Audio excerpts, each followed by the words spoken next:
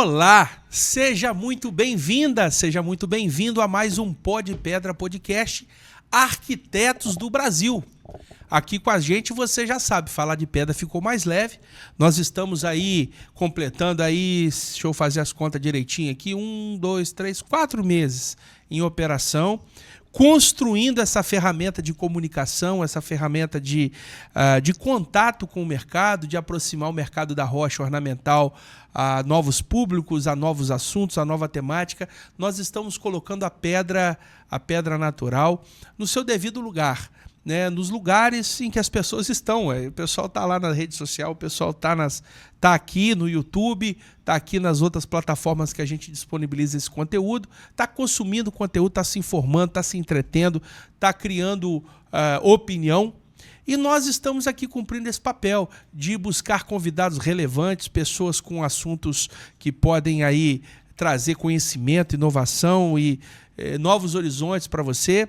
Hoje não é diferente, estamos trazendo um super convidado, um amigo pessoal de longa data, mas especialmente um arquiteto de primeiro calibre, um cara que é professor, que é mestre, que tem uma bagagem bacana. Nós vamos falar disso agora, para poder contar um pouco da história da pedra na arquitetura. Hoje nós vamos falar de muitas coisas, mas, sobretudo, falar um pouquinho, focar aqui em trazer uma pauta que a gente ainda não tinha trago aqui. Falar da história da pedra na arquitetura, falar um pouquinho, traçar uma linha histórica para falar um pouco do panorama de como a pedra foi se desenvolvendo, por que a gente usa pedra, né, na construção civil, como é que chegou até aí. E nós estamos falando com um professor carimbado, ele foi coordenador, ele vai falar nós vamos falar um pouquinho do vasto currículo desse personagem aqui hoje, meu amigo pessoal Paulo Mendes Glória. Como é que você está, Paulo Glória? Bem, Bruno. É um prazer enorme estar aqui com você.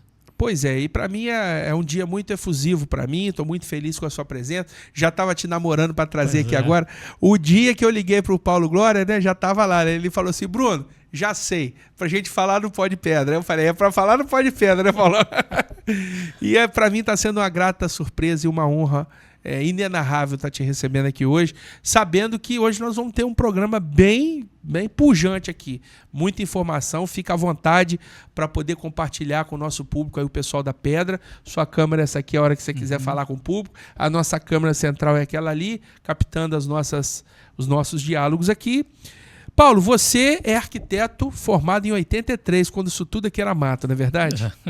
Exatamente. Arquiteto e urbanista, né? Depois eu fiz uma pós-graduação em Economia Política da Urbanização, depois o mestrado em Urbanismo, e depois uma pós em Gestão do Solo na Holanda. Pois é, a gente quer falar sobre isso também. Eu me lembro, a gente estava mais próximo nessa época que você esteve na Holanda, a gente era membro da mesma igreja, a gente estava sempre aos domingos ali nos nossos projetos, nos nossos corais, né? Além de tudo, o Paulo é engajado pra caramba na música, na cultura, no conhecimento, no estudo. Você chegou a dar aula de teologia também, Paulo? Uma época, né? Também. Deu aula de teologia, então uma bagagem extensa. Está aqui, um currículo bonito que eu vou dando umas pinceladas durante o bate-papo. E, como eu te falei no nosso preparatório aqui, Paulo, o Pó de Pedra Arquitetos do Brasil está criando uma comunidade, está criando um arquivo aqui, um acervo de bate-papos, de conversas, a serem consultados a qualquer tempo, vai estar lá nas redes, mas com a missão de aproximar a arquitetura da especificação das pedras, especialmente, mas logicamente que a gente está aberto aqui a falar sobre tudo. A arquitetura não é só pedra, a pedra é uma parte desse processo, né, em todos os sentidos, desde a pedra marroada, desde a pedra de fundação até a pedra ornamental, a pedra de acabamento. Mas também entender, né, os momentos da arquitetura. Você é um cara que tem uma bagagem aqui, fora daqui da nossa região, no exterior. E eu quero aproveitar esse conhecimento seu para a gente começar falando. Queria te passar a palavra para você, com todo esse conhecimento, essa formação de conteúdo que você tem, que você conduzisse um bate-papo aqui assim. Qual que é a história da arquitetura ao longo do tempo? E eu vou deixar aberto para você ir dissecando esse assunto aí e conduzir formar a temática ao seu modo. Legal. Vamos fazer uma linha do tempo bem breve também, né? Vou falar do surgimento do uso da pedra, que a arquitetura ela se define pela necessidade, seja para habitação ou para um culto. A partir do momento que você fazia um sistema trilítico, fazia 2 pilares, botava uma viga em cima, já formava arquitetura. E aquilo servia para adorar um Deus. Então a arquitetura, os estilos iam se produzindo de acordo com a região. Você vê na Mesopotâmia, é uma região que tinha muito barro, facilidade de fazer a lajota. A partir do momento que eles pegaram o betume, que era muito fácil ali, botavam e levavam no fogo, criaram o azulejo. Aí você vai para Grécia, Roma e Egito, aí já começa a usar a pedra em si. A pedra lavrada e criando o estilo em função da necessidade que eles tinham e da facilidade de lavrar aquela pedra. Fazendo as ranhuras, fazendo um capitel. Cada capitel mostrava um estilo da região. Então a pedra já ia dando a funcionalidade do pensamento do povo. E esse período é chamado período clássico. Período clássico da arquitetura. Então, dá para como é que é, qual século nós estamos falando aí? Qual era? Nós vamos aí... Antes de Cristo, obviamente. Né? Exatamente. Nós vamos da Grécia, vamos pegar da Mesopotâmia, 10 séculos antes de Cristo, e vamos chegar até 4 séculos depois de Cristo. Que aí a gente pega tudo. Pega Mesopotâmia, Egito, Grécia e Roma. Que aí o Império Romano cai no século V, e aí do século V ao século XI é a Alta Idade Média, e do XI até o XV é a Baixa Idade Média. Uhum. E olha que interessante, um projeto de um arquiteto em Florença, Brunelleschi, para resolver uma cúpula de uma igreja, Santa Maria del Fiore, o uso da pedra conjugada com tijolo mudou a história da arquitetura. Ele criou o Renascimento. Só para resolver as nervuras em pedra que ele usou, lavrando aquela pedra, fazendo aquilo, criou-se o estilo do Renascimento. Então, pera um pouquinho, deixa eu pegar o nome desse cara, como é que é o nome dele? Olha aí, Saulo, vamos tentar achar... Brunelleschi. Bruno Elesch? Não, Brunelleschi. Brunelleschi. Bota aí, como é que é o nome da obra? Santa Maria del Fiore, em Florença. Santa Maria del Fiore, em Florença. Vê se você consegue achar essa imagem aí, Saulo. Então, para uma solução de uma cúpula... Nasceu o Renascimento. Nasceu o Renascimento. O Renascimento na arquitetura. Exato. O que é o Renascimento? É renascer o estilo clássico. Então volta a referência de Grécia, Roma, Egito. Então renasce tudo isso. E aí vem o Barroco, o Rococó, que cada evoluta, cada pilar vai traduzir também um certo estilo. Então você vê, a pedra ela vai ajudando a criar o estilo. Sem a pedra, talvez a gente não teria. Logicamente que eu estou falando sem a pedra de uma maneira... Exato. Né? O tijolo era como vedação. Mas quem marcava o estilo sempre foi a pedra. Agora, sem querer bagunçar a sua linha histórica aí, seu papel, seu cronograma que você ensaiou, que você preparou lá, deixa eu tentar fazer uma referência. Enquanto isso, do lado de cá, aqui nas Américas, tinha o Império Inca aí, tinha os Astecas, que esses caras também fizeram muita coisa, né? E aí você pode ver o seguinte, se os caras fazem pirâmide aqui, se tem arco e flecha aqui, você pode ver que foi influência do povo oriental. Alguém, de um dado momento, foi para lá e levou. Da onde que ele surgiu a pirâmide, né? Então, tudo isso, o uso da pedra, só que foram pessoas bem inteligentes, né? Porque trabalharam com o calendário Inca, Maia, é extremamente evoluído. Elaborado. Agora tem isso também. Agora com o advento da internet, né? Cada vez mais, Paulo, tem aparecido algumas páginas, né? O pessoal chama de teoria da conspiração, páginas ocultas, né? Páginas de ocultismo, que nada mais é do que os caras levantam esse ponto de interrogação. E eu também sou partidário, em alguns casos, né? Sem nenhum tipo de... aquilo que é muito esotérico não é minha, não. Mas assim, essas análises de que existia uma cultura evoluída, inteligente em outras eras, e isso às vezes vinha um cataclisma lá e perdia aquilo. Mas porque para o cara levantar uma pirâmide do Egito, para o cara levantar aqueles sistemas de cavernas, de túneis, de aquedutos, todo esse tipo de engenharia se trata de uma inteligência muito, muito avançada. Você concorda comigo? Exatamente. E ao longo do tempo vai se perdendo. Eu acredito nisso. Você acha? Você pensa assim também? Você vê um exemplo, por exemplo, vamos pegar aqui do tanque de Siloé. Lá em Jerusalém. Quando a cidade ela foi sitiada, Ezequias, o rei, mandou cavar de baixo para cima, mas só que tinha que cavar de cima para baixo também, senão não dava tempo. Então ele também não podia ser em linha reta, porque senão a água chegava com muita força. Então tinha que fazer curvas, né? Quebrar as curvas, né? As quebras, né? E de cima para baixo, e os dois se encontraram. Aí olha que doideira. Né? É muita inteligência, né, pois cara? Pois é, exatamente. Então isso está lá, não é uma coisa assim, será que isso existe ainda? Está lá. São 523 metros aproximadamente. Você pode andar pelo túnel. Pelo túnel, né? E outra coisa, eu nunca esqueço, aproveitando esse gancho que você falou do Siloé, de uma aula que você deu, vou te pegar aqui agora, você vai puxar da memória. Uma aula que você estava dando de escola bíblica dominical, cara, que você tinha uma pegada de falar muito da história de Israel, você estava muito envolto nisso, você sempre trazendo novidade.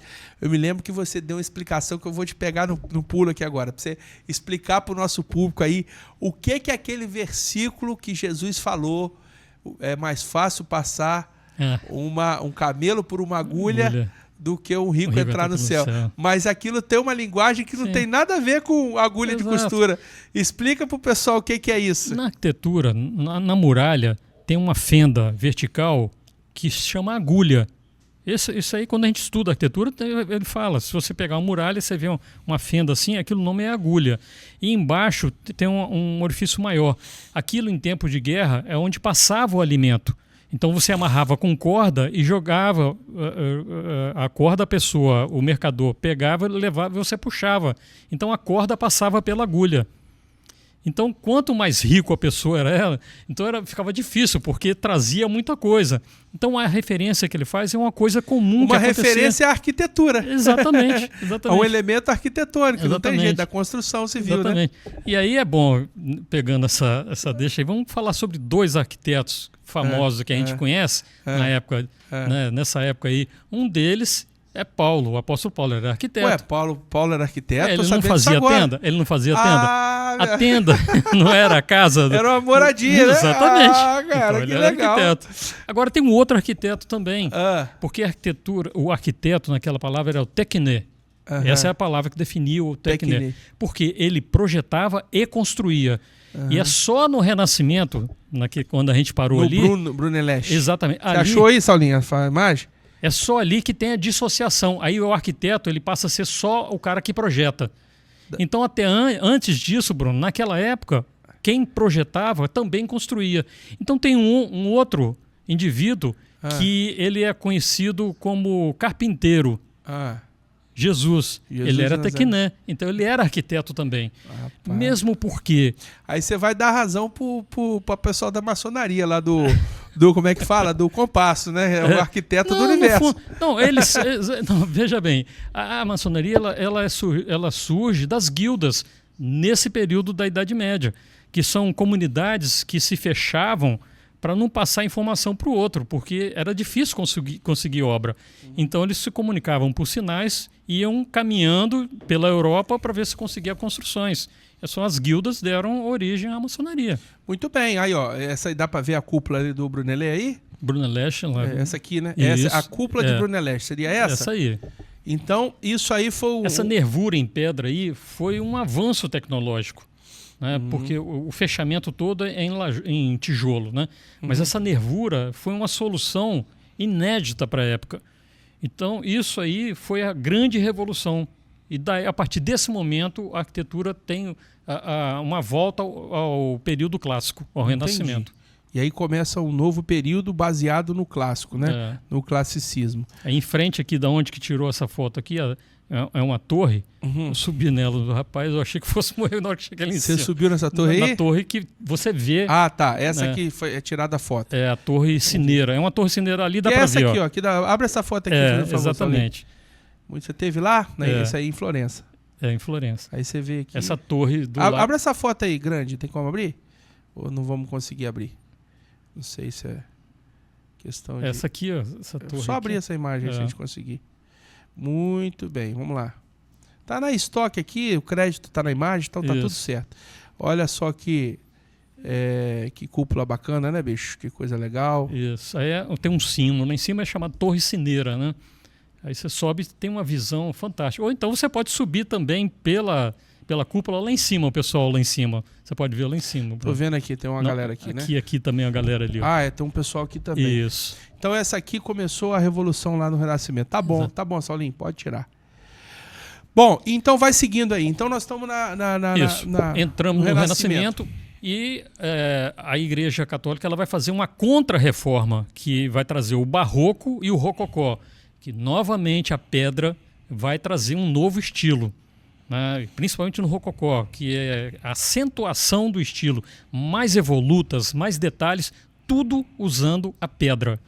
Então nós temos novamente a pedra com um fator importante. E aí nós temos um fator político que vai definir muita coisa na história, que é o domínio de Napoleão.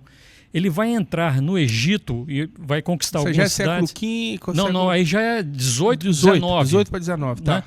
E aí o que ele vai fazer? Ele vai trazer essa cultura do Egito, da Grécia e de Roma para a Europa. Então volta novamente o Renascimento através do neoclássico, o período neoclássico.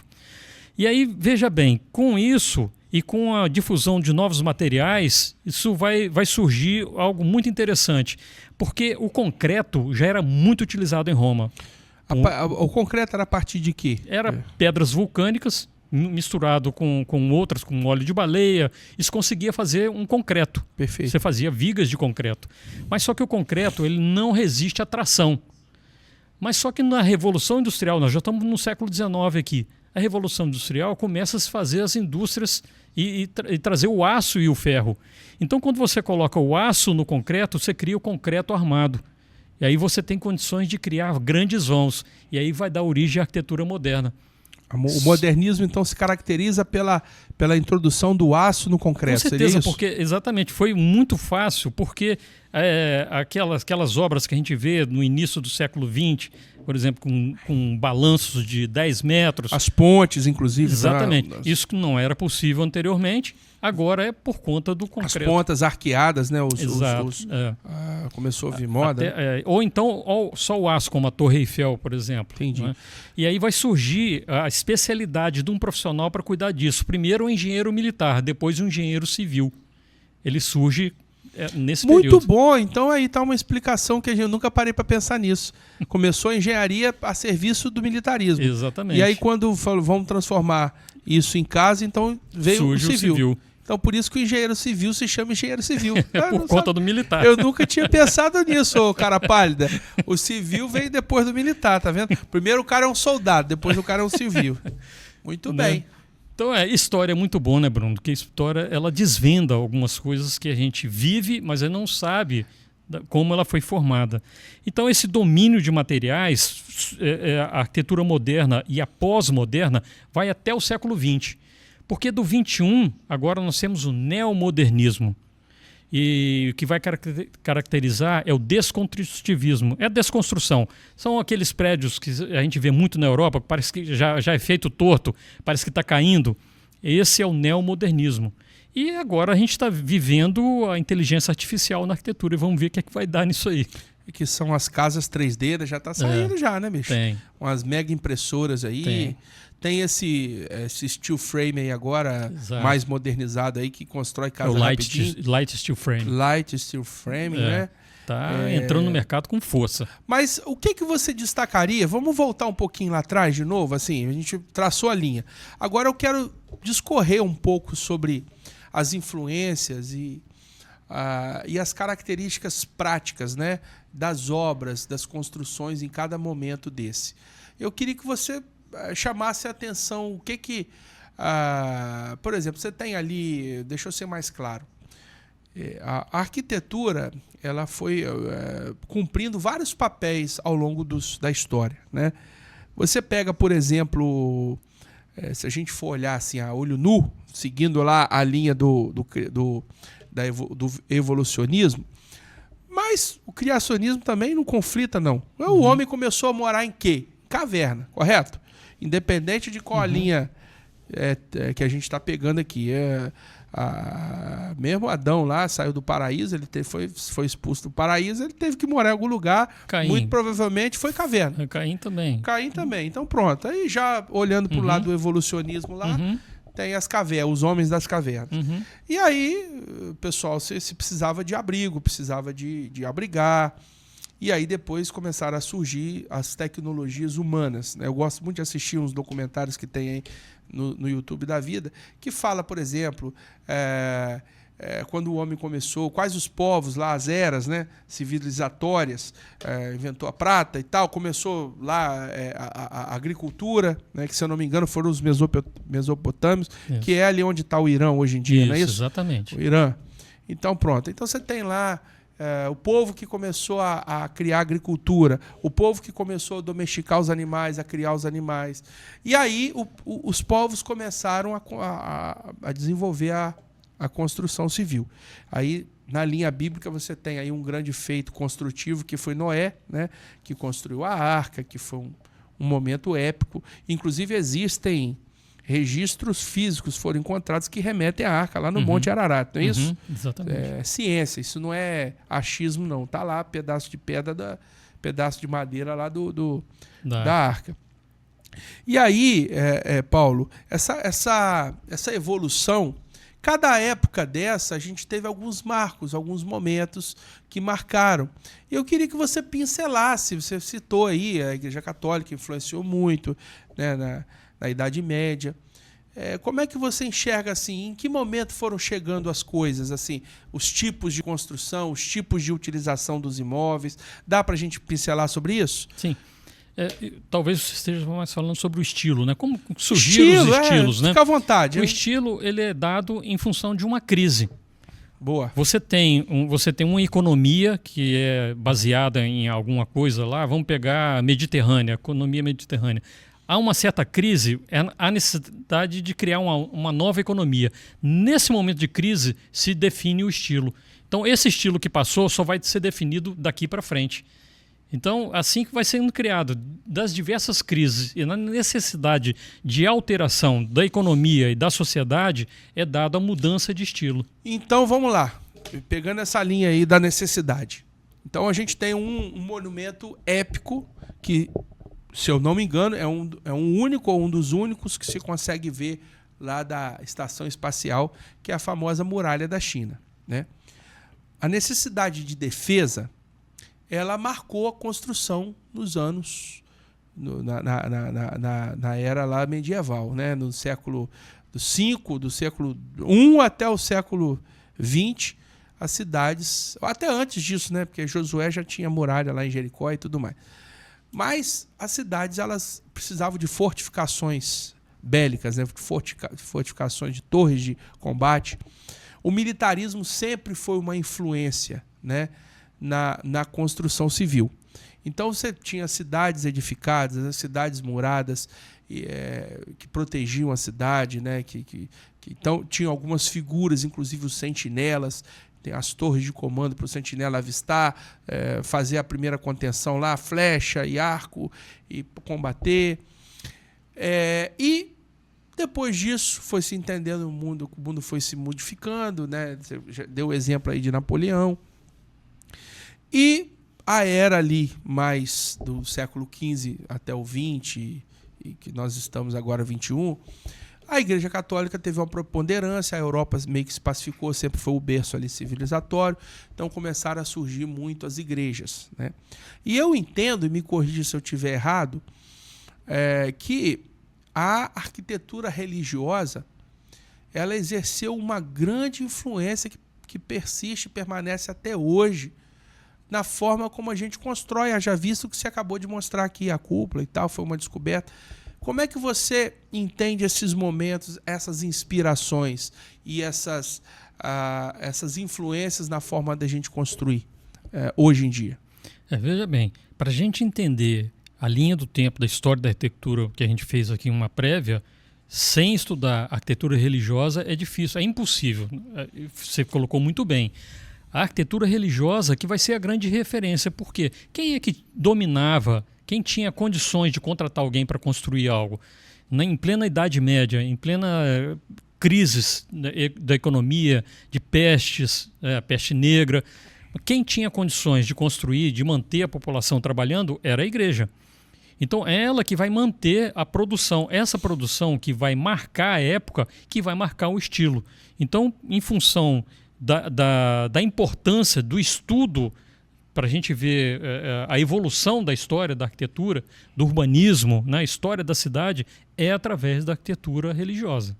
Passa por ela, né? É. E você falando aí, eu estou aqui puxando na memória aqui, a Bíblia, ela é recheada. Você que é um estudioso de teologia e é professor na área também, né? Deu muitos anos aula de hebraico, você deu aula de grego, você deu aula de quê? O hebraico que eu uso mais para fazer estudo, né? Fazer estudo. Mas você deu aula na área teológica há muitos anos, não foi? É EBD, né? Uhum. Veja bem, Paulo, eu estou pensando aqui, a Bíblia é recheada de referências arquitetônicas, né, cara? Demais a conta. Muito. Você vê aqui, por exemplo, fazer um apanhado aqui rápido aqui para poder sintonizar você que está em casa. Aí nós estamos falando de história da arquitetura, a gente está buscando as referências antigas. O Paulo Glória já traçou uma linha do tempo que trouxe até aqui. Nós estamos no pós-modernismo, né? No neomodernismo. Neomodernismo. Mas vamos lá, a Bíblia, eu me lembro que lá no Antigo Testamento ela já faz referência ao tabernáculo, né? Uhum. E na Bíblia tem todas as inscrições e as ponderações das dimensões do tabernáculo. É possível você reproduzir o tabernáculo aqui com as informações de registro bíblico, correto? Correto. Que era uma primeira, para você que não é familiarizado com o que eu estou falando. Tabernáculo, o povo saiu do Egito e foi para o deserto. E lá ficou 40 anos no deserto para ir para a Terra Prometida. Precisava-se ter um local de culto, um local de adoração a Deus. E a primeira referência que a Bíblia traz é a do tabernáculo. Aquilo precisava ser uma construção, né, efêmera, ela precisava de se locomover, não é isso? Exatamente. Precisava tirar de um lugar, vai para outro e tal. E a Bíblia tem lá praticamente a planta detalhadamente, né? Largura, comprimento, altura. E depois nós temos também do templo também. Do templo, né? O templo lá que Davi... Tanto de Salomão, né? Quanto o segundo templo também. O segundo tem todas as referências, né? E aí, depois você chega ali no Apocalipse, que fala da Nova Jerusalém. Da Nova Jerusalém. Tem as referências lá. Fala você que conhece muito bem esse tema. Eu vou falar uma curiosidade aqui. O pessoal fala muito que vai construir o terceiro templo, mas para construir o terceiro templo teria que destruir aquele domo, né, que tem ali. Na verdade, não, porque se você for pegar todas as referências que estão ali, o antigo templo ficava em frente à Porta Dourada. E hoje, em frente à Porta Dourada, não tem nada. Então, hoje, para se fazer o terceiro templo, já está livre. Está pronto lá. O espaço está liberado. Como é que é? É só chegar lá e botar os piquetes e começar. Pronto, né? Tá limpo, tá até limpo o terreno na frente. Já está limpo. Eu vi um programa do Lamachine, ele falando, ele deu detalhes, ele se aprofundou mais sobre o tema, ele mostrou lá no Inteligência Limitada que eu acompanho, lá do Vilela. E ele fala da construção do templo. É um programa interessante também. É um cara que eu quero trazer aqui. Quem sabe um dia a gente consegue trazer o Lamachine aqui pra gente fazer um bate-bola. Aí eu te chamo pra você ser meu co-host aqui pra gente entrevistar ele. Mas o Paulão, então, tem muita coisa. Eu queria que você é um cara que fez algumas viagens lá para Israel, né? A passeio, a trabalho e a estudo. E eu tenho umas fotos suas aqui que eu queria que você desse uma pincelada para a gente concluir essa passagem da histórica que a gente está fazendo. Saulinho, vamos botar na tela aqui. Que imagem é essa aí? Em Acre, o castelo que foi a referência de defesa de Israel contra a invasão muçulmana. Essa daí? E você... Isso é em Israel, então, né?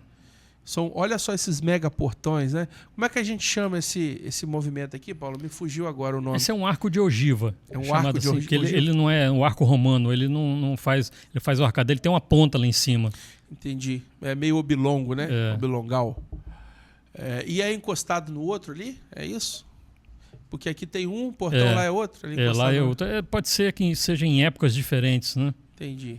São os cruzados, né? É um castelo dos cruzados. Isso aí? Daí já é um período bem posterior, lá do século XVI aproximadamente. Muito bom, entendi. Isso aí na cidade antiga de Jerusalém, aí tem essas ruelas, né? Tudo em pedra, né? Tudo pedra. E é uma pedra fácil de ser lavrada, né? Aham. Olha só, você que tá aí da pedra ornamental, meu amigo, você que fica aí querendo botar aqueles pizinhos que quebra tudo aí, que cai uma água lá, aquilo incha. Aí, ó, a pedra aí tá aí há mais de 10 séculos aí parada aí, meu amigo. Trabalhando aí, ó. Ah, porque a pedra não sei o que aí, ó, meu irmão. Não tem nem que trocar as pedras. Acho que não tem nem manutenção nesse negócio aí. Isso aí pega e tá aí desde que o mundo é mundo, né? Muito bonito, né, cara? Muito bonito. Vamos lá, outra lá. Os muros altos. E essas colunas, Isso é uma cara? sinagoga. Uma sinagoga? É. Será que era uma sinagoga dessa aí que Jesus entrava lá? Ela faz uma referência de onde ele frequentava uma sinagoga. Inclusive aquela que ele abre, Isaías 63, né? Aham. É nesse lugar. Então, não se sabe se é ou se é realmente uma construção para... Alegoria só. É uma alegoria, mas é exatamente no lugar que ele lia. E aqui era aquele... Você lembra que tem uma passagem bíblica daquele cara que toma um tombo lá? Que cai, né? Que dorme e cai? Mas aí era o seguinte, era o lugar que as mulheres elas tinham que assistir da parte de cima, elas não tinham direito de sentar aqui. Ah, né? Elas ficavam de cima, olhando. Entendi. E essas colunas, né, cara? Será que isso é de pedra também, Paulo? É, né? Deve ser, né? Pedra ou barro, né? Ou argila. Então, porque tá com um reboco, deve ser um bloco, né? De Muito barro, bem. né? Isso já é no museu em Buenos Aires. Você foi em Buenos Aires? Tá bonitão aí, jovem. Você tá jovem até hoje, Paulo. Você tá de parabéns. Você não tá muito diferente, não. Mas isso aqui já é um outro momento. Outro momento. Não, mas eu queria antes você... Dá uma olhada aí, Saulinho, antes de você continuar essas... Porque acho que tem mais uma ou duas de Buenos Aires ali.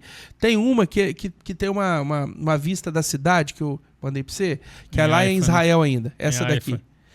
Que cidade é essa aí? É Haifa. Tem um porto maravilhoso ali, muito importante lá na frente, ó. Tô vendo. E essa cidade de Haifa, né? E outra coisa, a Bíblia sempre tem muita referência às cidades costeiras, né, cara? Uhum. E a cidade costeira, ela tem uma característica toda diferente, porque ela tem esse fervor, esse brilho, essas casas mais baixas, essas casas mais mediterrâneas, esse ar mais límpido, né? Você acha que né, numa cidade como essa aí, a gente está vendo os prédios mais modernos, o porto mais moderno, mas tem muito contraste de casas muito antigas com Tem, algumas regiões tem a arquitetura tradicional. Secular, né? Tem. Mas uma bela vista aí, cara. Uhum. Eu não tive oportunidade ainda de Israel, mas é uma viagem que eu quero fazer. Não deixa Gostaria de não. fazer. Não, vou. Se Deus permitir, vou sim. E aqui uma colina, né? Muito bacana. Tem uma vista maravilhosa. Jesus visitou esse lugar aí? Certamente. Certamente, né? Era uma região que cita, né? Muito bem. Perto do Monte Carmelo. Isso aí é lá também, né? Essa é uma cidade ao sul, a cidade mais ao sul que tem de Israel, que fica perto de onde Davi derrotou Golias. Me fugiu o nome dessa cidade agora. Uhum. Fica bem perto da... A nossa querida Valéria aí. Um beijão. Valéria, ó, nós queremos você aqui conversando com a gente também. E tudo pedra, olha, a gente vê as calçadas de pedra, né? Eilat, é o nome da cidade, Eilat. Muito bem. Agora vamos falar do profissional Paulo Mendes. Esse daí é onde, Paulo? Isso foi em Brasília, numa conferência das cidades, e que eu tive, rapaz, um prazer enorme de lançar meu livro exatamente no mesmo momento que foi lançado o Estatuto da Cidade. Foi um negócio muito interessante, Bruno. Olha só como é que acontece. Eu escrevi um livro, eu ia lançar em Cachoeiro. Aí o presidente do CREA na época falou, não, você vai lançar isso em Vitória. Que isso, sério mesmo? Aí fui lá em Vitória e o presidente do CONFIA, Conselho Federal, falou, não, você vai lançar em Brasília. Olha! Junto com o lançamento do Estatuto da Cidade. Foi 2001. 2001. Acho que é setembro de 2001. Tá aqui uma data aqui, ó, 17 a tal de não sei quando. Setembro, Muito bem, cara. E aí... Foi muito bacana. E quem que é esse cara? Foi o relator do Estatuto da Cidade, um senador de Mato Grosso, se eu não me engano. Ele me chamou lá no gabinete dele para mostrar o trabalho que ele fez. Eu dei um livro para ele, ficou muito satisfeito. Foi muito bacana. Que legal, que bela oportunidade. É um coroamento da carreira também, né, Paulo? Foi muito legal. Você conseguir. E 2001 nós já se vão mais de 20 anos, né? 20 e poucos anos. E Olha o deputado aí. O senador. Senador aí, ó, da República aí, ó. Vamos lá, pode passar mais alguma aí. Um pouquinho da sua carreira, né, Paulo? Acabou? Finalizou? Aquela, tá. Aquela de Buenos Aires lá. O que você foi fazer em Buenos Aires? Eu queria que você falasse o seguinte, cara. Você sabe que eu sou internacionalista de formação. Eu sou formado em relações internacionais. Trabalhei com importação, trabalho até hoje, represento uma empresa no Canadá, aqui no Brasil, eu e minha esposa.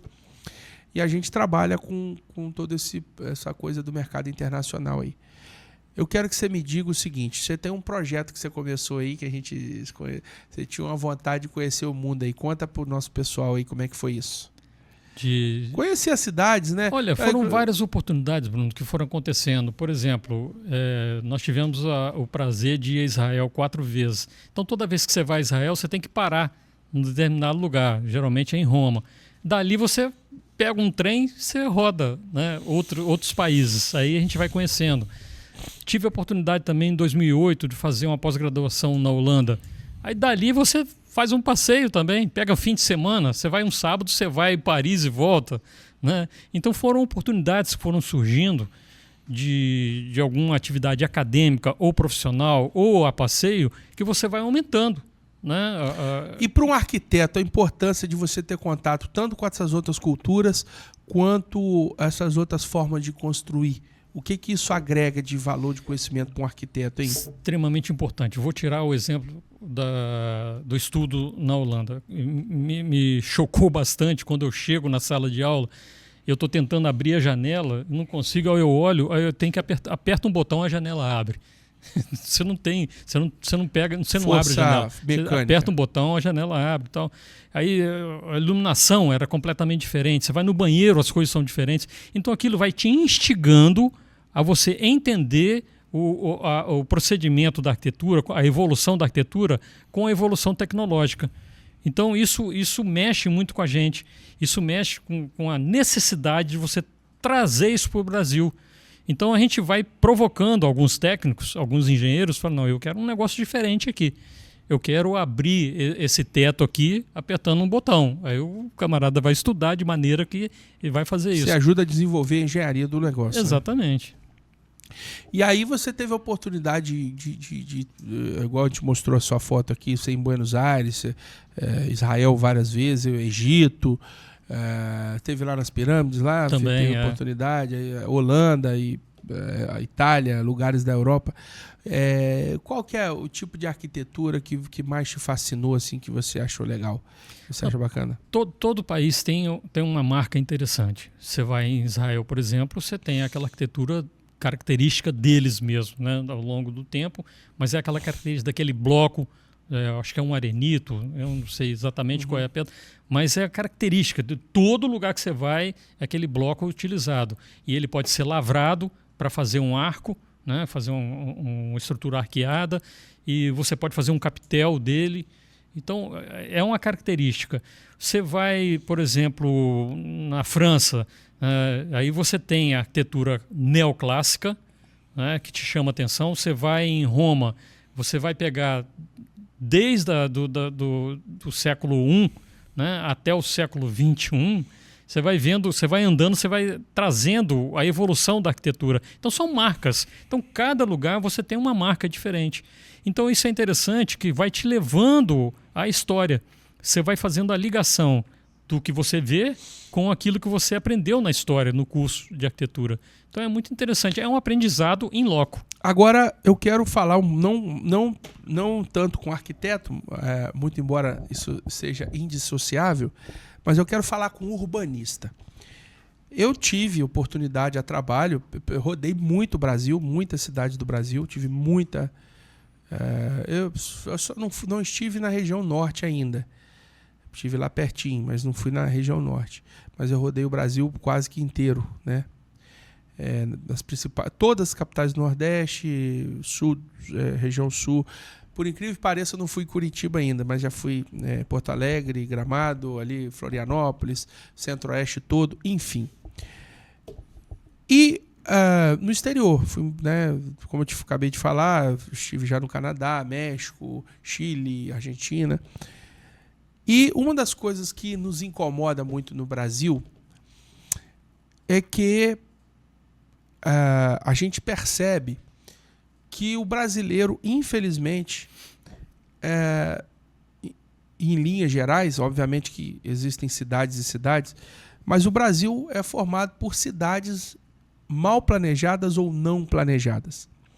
Então você chega em Buenos Aires, por exemplo, você chega lá, você vê uma cidade velha que se integralizou com o novo. Você chega ali, por exemplo, em Puerto Madero, você tem aquela reentrância ali marítima, aquele canal, você tem toda uma estrutura urbana planejada, você tem um calçadão para as famílias. Eu até falei com os Suzano, no dia que eu tiver muito dinheiro, quero ter pelo menos um apartamento em Puerto Madero para vir uma vez no ano. De tanto que eu gostei daquela vivência ali. E você vem para o Brasil, a gente tem aqui riquezas naturais belíssimas, nós temos aqui o mar aqui do lado, nós temos partes continentais gigantes, e a gente vê uma falta de infraestrutura urbana, de cidade. Cachoeiro, por exemplo, a única lugar que a gente poderia dizer que seria um lugar de lazer para o pai levar uma criança, você já está, né, na idade de vovô já, né? Tem 3 netos já. 3 netos já, né? 3 netos, né? Os filhos já estão criados. E já eu com um filho agora, né? Mas no futuro você é vovô, então o que um pai quer? Levar um filho para andar de bicicleta, né? E na nossa cidade, por exemplo, o único lugar que tinha ali era o Ilha da Luz. Eles foram lá, quebraram tudo sob pretexto de fazer um projeto. Eu não estou aqui julgando, não estou falando de político, estou falando de cidade. E aí, você não tem mais. Aí agora, o novo prefeito aqui, com um projeto novo, pai tem que parar a cidade, né? Dia de domingo ele está interditando a Beira-Rio, e que é uma ótima iniciativa, né? Para as crianças andarem de bicicleta, para brincar. Enfim, com esse olhar urbanista seu, aonde você acha que nós brasileiros erramos em não pensarmos soluções para a cidade de lazer, de entretenimento, de atividade física, de bem-estar social, de dar condições para o munícipe ter acesso? Muitas cidades não têm isso. Você tem algumas raras exceções. Você tem Vitória, por exemplo, que é um exemplo nacional. Eu sei que é de todo o Brasil, que você não conhece Vitória ainda, você está perdendo. Porque Vitória é um balneário fantástico, é uma ilha. Vitória é uma ilha e conseguiram ajeitar aquela ilha. Então você tem algumas exceções pelo Brasil, mas no todo a gente tem pouco aparelho urbano para o cidadão usufruir dele. Aonde você acha que o Brasil errou, ou se não errou? Enfim, qual a sua opinião sobre isso? É uma característica da ocupação portuguesa, não querendo falar mal dos nossos ancestrais aí, mas o português ele não tem esse cuidado, zelo na formação territorial.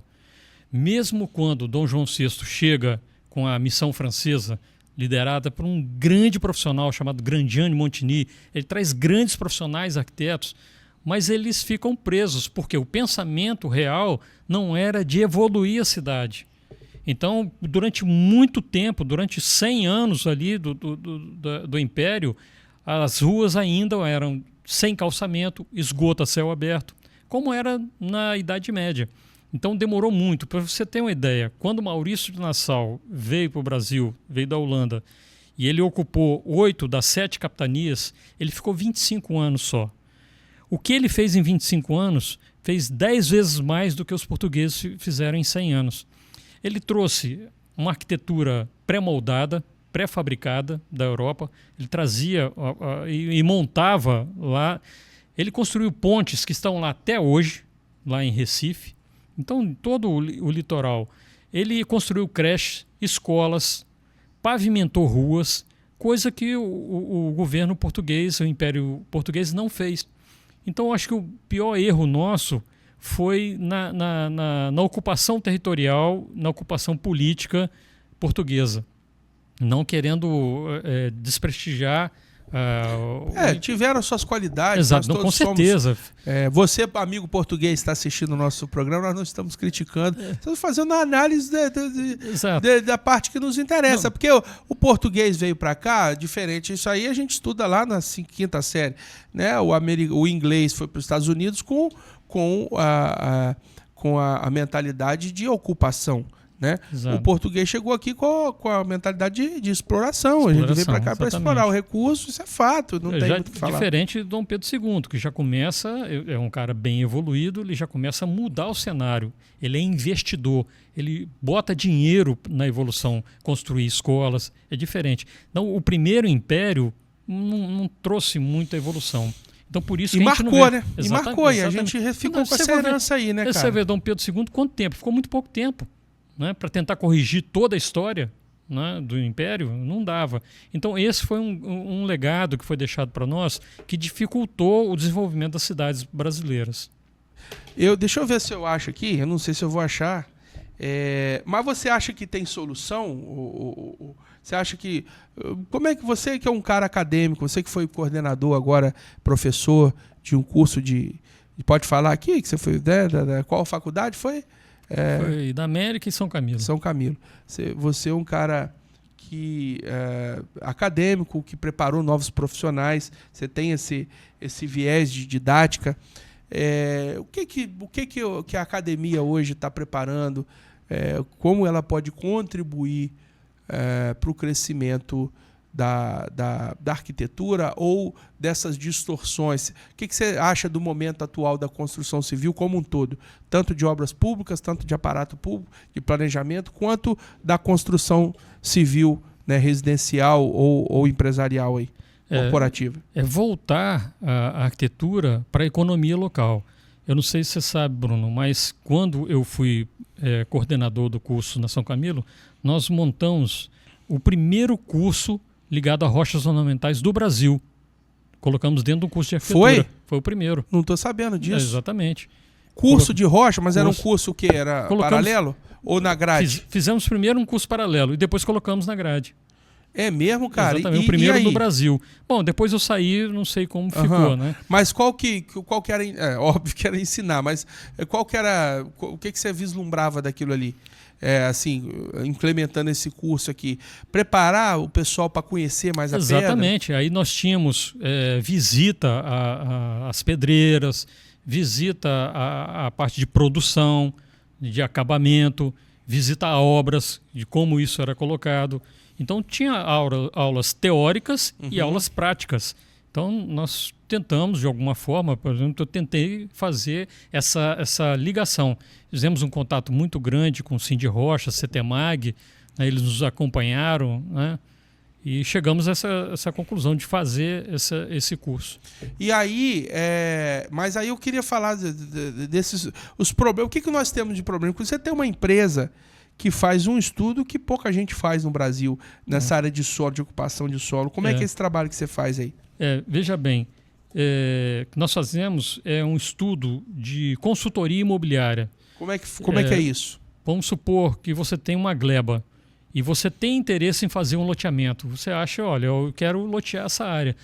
A Forteplan, que é a nossa empresa, ela pega esse terreno, nós vamos fazer um estudo do método involutivo. Isso é ligado à BNT, com cálculo matemático, inferência estatística, né, regressão linear, até a gente chegar qual o melhor produto. De repente você acha que é um loteamento residencial. Eu vou chegar à conclusão que é o loteamento industrial. Falo, Bruno, seu maior lucro não é no residencial, é no industrial. E eu vou te dizer qual é o tamanho desse lote. Mas ideal. Isso não fica condicionado à permissividade do PDM da cidade, não? Pois é, tem também. Tem também. O estudo ele passa por aí.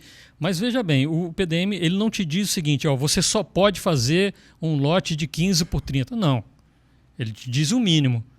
Entendi. Né? Ele dá o parâmetro. Ele dá um parâmetro. Mas aí você tem liberdade então, ocupacional ali. Nós vamos pegar esses dados do PDM, nós vamos pegar outros fatores e vamos conjugar isso com os custos também, porque tem o seguinte, você tem o mínimo e tem o máximo, né? O custo mínimo e o custo máximo. Então, nessa linha aqui, qual é o ideal? Nós vamos chegar nesse ideal.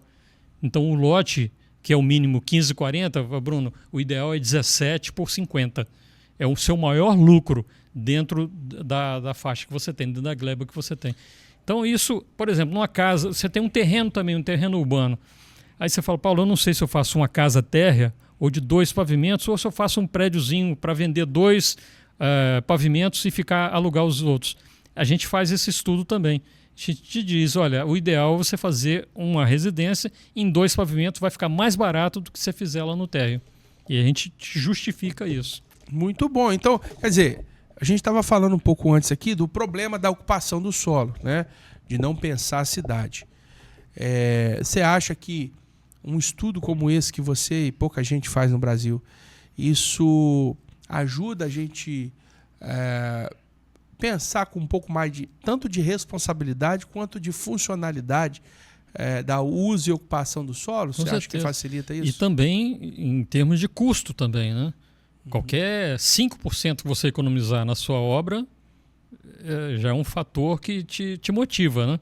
Então esse estudo também tem o objetivo da economia. Muito bem. Bom, você se formou em 83, Isso. Então já são 42 anos de mercado.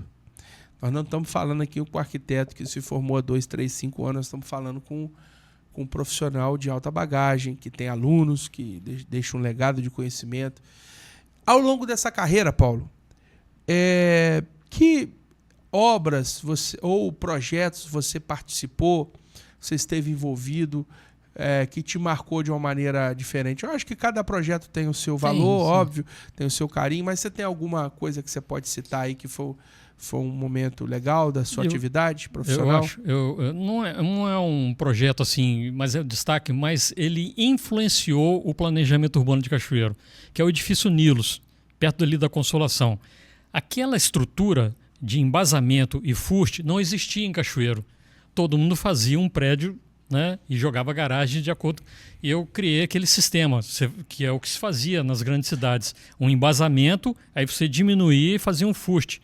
Até para provar o projeto foi difícil, porque eles não tinham referência. Ah, esse é aquele azul? É aquele azul. Aquele azul? Azul clarinho, né? Azul Exatamente. Bebê. Foi você que projetou ali? Exatamente. Aí o PDU, em seguida, puxou isso e criou um urbanismo diferenciado em função desse prédio. Aquele prédio é grande, hein? É legal. Você que não sabe, antigamente tinha na Bernardo Horta ali o Móveis Zezinho. Tem um prédio do lado que hoje tá ali embaixo, funciona, acho que é um órgão de governo, que me fugiu o nome agora. Pessoal acho que é Procon, não sei. Bom, então, que legal, o projeto seu. Mais alguma coisa legal? O que eu acho interessante também foi um concurso que teve para fazer o projeto CETEMAG. Teve alguém participando do Rio, de Vitória, um outro de Cachoeiro, e nós ganhamos o concurso. Aquele projeto do prédio CETEMAG é seu? Eu prestei serviço lá, fui consultor uma época do CETEMAG, e que legal.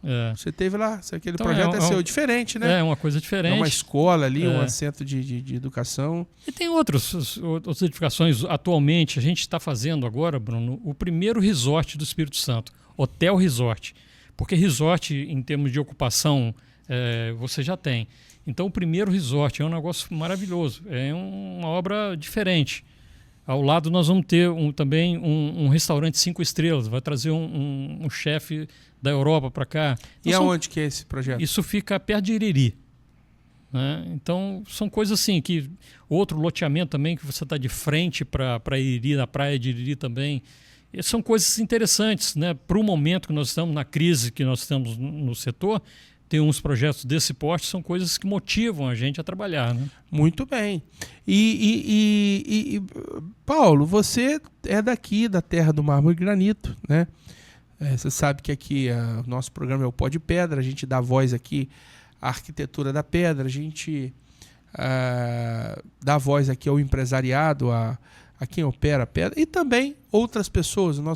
Hoje o programa de quarta-feira ele vai ao ar com a temática arquitetos. A gente só fala com arquitetos aqui sobre arquitetura, porque é importante para nós. A arquitetura ela tem tanta relevância para o que fazemos que mereceu a gente ter um programa exclusivo.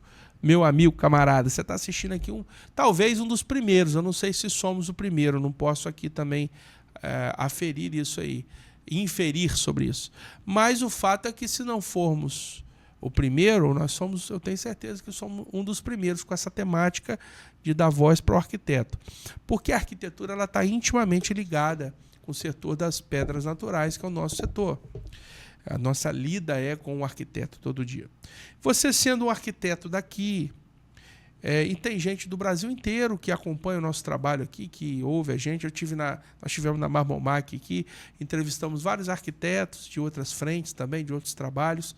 E eu queria que você me dissesse, me revelasse o que você pensa assim, sobre o profissional de arquitetura capixaba, né, cachoeirense, sobre o que fazemos em relação à pedra, o que a gente tem de facilidade ou de afinidade com a pedra, que nos faz ter um olhar um pouco mais assertivo ou mais aproximado do uso das pedras na arquitetura. Bruno, queiramos ou não, nós já somos referência. Aonde a gente vai, num congresso nacional, a gente fala, é de Cachoeiro, pô, esse é o cara da pedra. Então a gente já leva esse essa legado. Insígnia, né? Já leva. Então a gente passa a ser referência. Então eu falo, rapaz, você me apresenta lá uma empresa boa. Para comprar uma pedra lá, estou querendo fazer uma obra, né? Exato. Então a gente já vai levando isso. Sendo de Cachoeiro, ou é Roberto Carlos ou é pedra. Não adianta, a gente não pode fugir disso. E isso traz uma responsabilidade muito grande. E esse foi um dos motivos de, quando eu fui coordenador, trazer isso para os alunos, né? Para que todos os alunos saiam do curso tendo já a responsabilidade de referenciar isso nos seus trabalhos. Colocar nos seus trabalhos, de uma maneira bem técnica, o uso da pedra, das rochas ornamentais como um todo. E você acha que a gente tem uma habilidade assim? Porque é o seguinte, vamos lá. Existem várias áreas da arquitetura, né? A arquitetura não é uma coisa só, é igual médico, né? Médico, você se forma clínico geral lá, você tem uma noção boa do corpo humano, o cara deu uma febre, deu uma diarreia ali, deu um negócio, o cara tem recurso para tratar. Mas se for para falar de olho, você tem que ir no oftalmologista, o cara tem uma área profunda de estudo sobre isso, e assim sucessivamente, para as outras áreas de conhecimento. A arquitetura é um pouco disso também, né? Tem um profissional que se especializa em obras mais industriais, outros mais corporativos, outros de prédios, outros de casas de alto padrão, outros de habitação social, enfim. E tem o arquiteto que ele, mesmo ele sabendo e fazendo a especificação, tem alguns arquitetos que se especializam mais a conhecer materiais para trabalhar com especificação de materiais, não só pedra, mas tudo. O cara vai especificar essa mesa aqui, esse layout aqui, esse display, ele tem que estudar geometria, área, né, profundidade, ele tem um tipo de visão mais apurada sobre isso. E você acha que dizer que somos da pedra, o pessoal da arquitetura precisa, o cara que está de São Paulo, do Sul, ele pode botar um olhar mais aprofundado sobre conhecer as características da pedra para poder dar mais segurança para o cara especificar o projeto dele? Exatamente. Eu acho que dentro do curso, o ensino básico de como usa, que tipo de pedra, isso é fundamental. Mas uma coisa que me chama a atenção em Cachoeiro, quando você vai conversar com um fornecedor, é o autoconhecimento que eles estão tendo. Em função do Cindy Rocha, CETEMAG, oferecerem cursos, né, para esses empresários. Então, quando você chega para discutir alguma coisa, ele já vem com a informação técnica, que às vezes eu fico... Que antigamente não tinha, não tinha. Então, isso eu acho muito bacana. Você acha que é uma evolução do setor? Muito.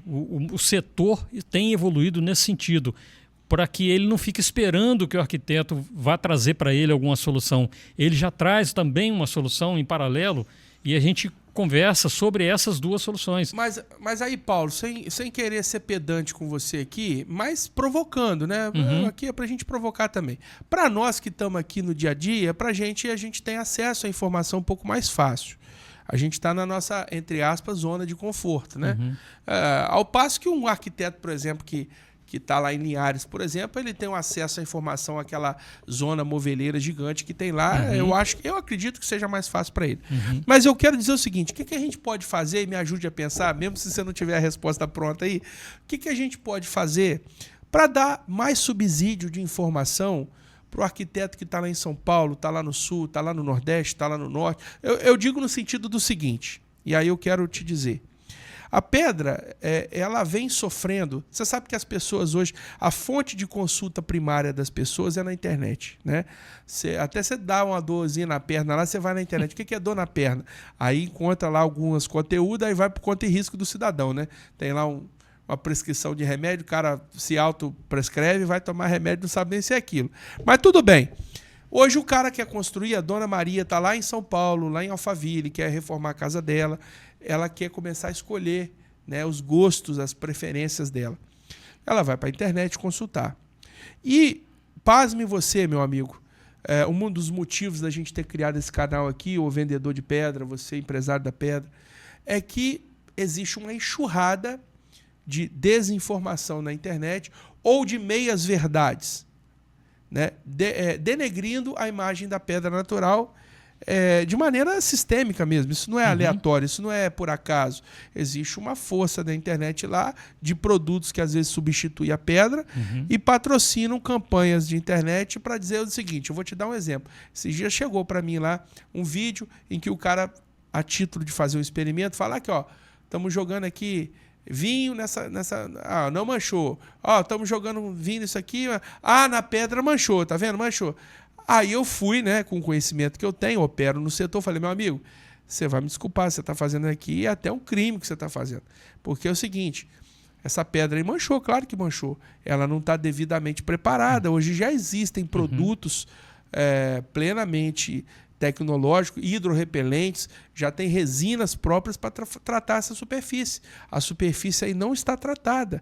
E outra coisa, qualquer produto que você manchar, a pedra é natural, ela tem poros, ela é feita para ser natural. Ela tem outras qualidades que fazem justamente que ela manche. Por quê? Porque ela respira, ela é uma matéria viva, ela transmite energia para a sua casa. Você pega um mármore dolomítico, tem dolomita. A dolomita é usada na ciência, no tratamento até de osteoporose, em produtos de beleza. E aquilo é uma matéria viva que irradia ali energia no contato com o ser humano. É um contato literalmente com a natureza. Ao passo que alguns produtos que são beneficiados são matéria morta. São produtos químicos processados. E às vezes o arquiteto que está fora do nosso contexto aqui, ele fica receoso de especificar o material porque ele está recebendo uma informação desqualificada, ele está sendo enviesado no conhecimento. O que você acha que a gente pode fazer para gerar um pouco mais de valor na informação? Meu amigo, olha, a pedra tem essa e essa vantagem, essa e essa característica, esse e esse comportamento. Como é que a gente pode melhorar isso? Você acha que tem alguma forma da gente poder melhorar essa comunicação? Eu acho que é o que você está falando mesmo. Essa comunicação do empresário com o arquiteto é fundamental. E isso tem sido feito, Bruno. De vez em quando nós somos chamados, aí, convidados para algum encontro para que seja demonstrado algum novo tipo ou uma nova pedreira que surgiu, né? Isso tem sido feito. Essa aproximação do profissional com o empresário, ela é essencial para que o mercado funcione bem. E isso tem acontecido, sim. Isso eu não posso dizer que não. Entendi. Tá?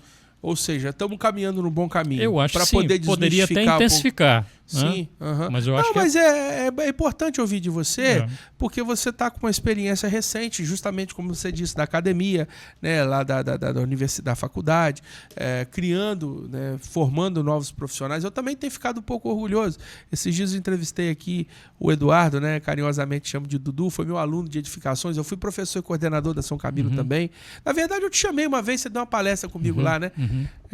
Curso técnico, fui professor e coordenador lá, e ele foi meu aluno de edificações, se formou, tirou lá agora CFT, Conselho Federal de Técnico. Ele tirou o documento dele, depois fez arquitetura com você lá também, se formou em arquiteto, está aí brilhantemente aí produzindo muito projeto, montou um escritório. A arquitetura ela vai se renovando. Eu acho que o conhecimento que a gente tem aí transmitido para a galera está chegando de alguma forma, está evoluindo o setor. E esse canal aqui é para isso também, Paulo. A gente está criando esse canal justamente para a gente ter esse bate-papo, para registrar isso, para o pessoal saber, peraí, tem mais aonde buscar. Tem o seu Instagram lá, da Valéria, sua esposa, do seu escritório, né?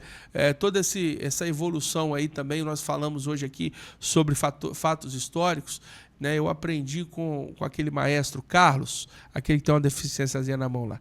Eu ouvi uma palestra dele, aquele cara é um ícone, né, de conhecimento, e maestro João Carlos, né? E aí ele falou uma coisa, olha, o povo que não conhece o seu passado, não conhece a sua história, ele não está preparado para formar o seu futuro, né? Então nós fizemos aqui, estamos fazendo um programa dedicado a pincelarmos um pouquinho, né, sobre história. Depois eu quero que você volte aqui, uma outra oportunidade para a gente falar de maneira mais aprofundada, a gente falar das arquiteturas históricas, a gente botar elemento gráfico aqui, a gente até ter um conteúdo aqui para um cara amanhã, depois que está fazendo uma faculdade de arquitetura, ter aqui para consultar a gente, dar uma aula mesmo, um aulão para essa galera aí. Mas a gente está registrando esse conteúdo para ele estar contribuindo com o mercado da construção civil, contribuindo com a visão que a sociedade precisa reformular e criar e renovar em relação ao trabalho do arquiteto, né? Eu acho que o arquiteto, tudo que a arquitetura está fazendo hoje, Paulo, eu enxergo assim, me corrija se eu estiver errado, mas tudo é extremamente novo, até mesmo haja vista aí, o próprio Conselho de Arquitetura é novo, é recente, né? Recebemos aqui a presidente do CAU estadual, a Priscila Ciolin, e Bruno, a gente estamos com um conselho novo agora, né? Tem 11 ou 15 anos, alguma coisa próxima a isso, tudo é muito novo. Então, a gente vislumbrar até a forma de construir, Paulo, aqui em Cachoeiro, por exemplo, uma cidade de 200 mil habitantes, nós não tínhamos aí, cara, esses condomínios planejados, né? O único que tinha, se não me engano, era o Residencial Montanha, não tinha, durante muitos anos foi o Montanha ali, né? E você não tinha esse modelo de habitação, de construção, de ocupação de solo, de um loteamento planejado, né? Alguns até fechados, né? Loteamento fechado, como é que fala? Condomínio fechado. E hoje a gente tem visto esse tipo de modalidade, de forma de morar, se consolidando no país, né? Aqui em Cachoeiro chegando também. Isso tudo é fruto de várias áreas do conhecimento voltadas às arquiteturas que estão se reciclando, que estão se modernizando, concorda? Exatamente. Exatamente. A gente vai olhando o processo de desenvolvimento e aprendendo com isso, né? Trazendo para nós um sentido crítico daquilo que funcionou para melhorar. Muito bem. Bom, pessoal, você está aqui assistindo esse programa, o Pó de Pedra Arquitetos do Brasil. A gente gravou aqui hoje esse programa magnífico que com certeza vai entrar nos anais da nossa história aqui, né? Um programa pegando esse conhecimento vasto aqui. O Paulo é uma enciclopédia ambulante, aí, um cara que tem muitos alunos, né, Paulo, que estão aí na arquitetura também, tem muitos trabalhos, o currículo do Paulo Glória aqui é extenso, é um cara que tem contribuição em muitas áreas além da arquitetura, né? A área religiosa, a área do conhecimento cristão, a área da modernidade mesmo. Seu menino, o Lucas, né? Ele é médico, grande, né? Lucas, é médico, né? O Lucas foi para medicina. Ele está em que área da medicina que ele Cirurgia geral. Cirurgia geral. Está em Vitória? Não está em Cachoeiro. Tá em Cachoeiro. Voltou? Porque a última vez que eu falei com você, ele foi estudar, né? Eu me lembro quando o Lucas foi estudar, a gente estava mais próximo. E a vida vai seguindo. A Valéria também, uma grande arquiteta que a gente quer entrevistar aqui. E está aqui. Esse registro histórico desse programa marcante, desse programa que deixou muito conhecimento para você aqui. E aí, fica aqui de ao vivo, aqui, eu te convidando para você voltar mais vezes. Hoje é quarta-feira, dia 9. Hoje é dia 9, né? Dia 9. Dia 9, quarta-feira, dia 9 de abril de 2025. Esse super programa aqui. Se você ficou até aqui, você gostou do nosso conteúdo. Então, se você gostou do nosso conteúdo, você curta, comente, compartilhe, interaja com este conteúdo, né? Assista os demais episódios que a gente tem aí. Se você maratona, vamos criar uma maratona aí de atividade. E esteja sempre com a gente aqui. Volte mais vezes. Toda quarta-feira a gente tem o Arquitetos do Brasil. Amanhã, pessoal, nós temos uma estreia, né, Saulinho? Amanhã é quinta-feira e vai ao ar o primeiro Pó de Pedra do Pó de Pedra Jurídico, que nós vamos conversar aqui agora com os advogados, porque o empresário precisa de advogado também, tem demandas trabalhistas, tem demandas empresariais, consultivas, de negócios. Então, o arquiteto tem tudo a ver com aquilo que fazemos aqui no setor de mármore e granito. E você é o nosso convidado a estar aqui nessa jornada conosco de conhecimento, entretenimento.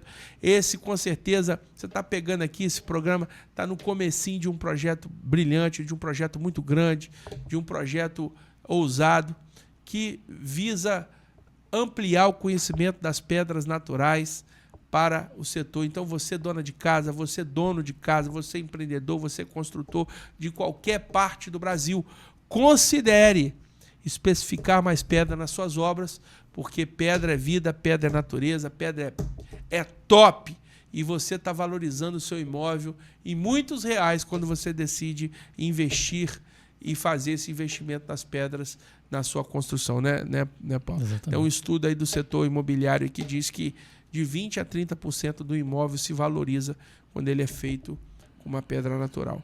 Então, isso é um valor que ninguém agregado tira de muito nós, bom. né? Então, você acha, eu estou gastando mais, a pedra é mais caro. Não, a pedra está valorizando todo o aparato do seu negócio.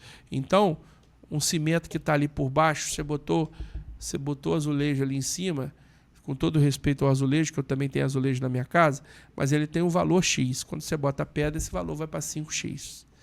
Entendeu?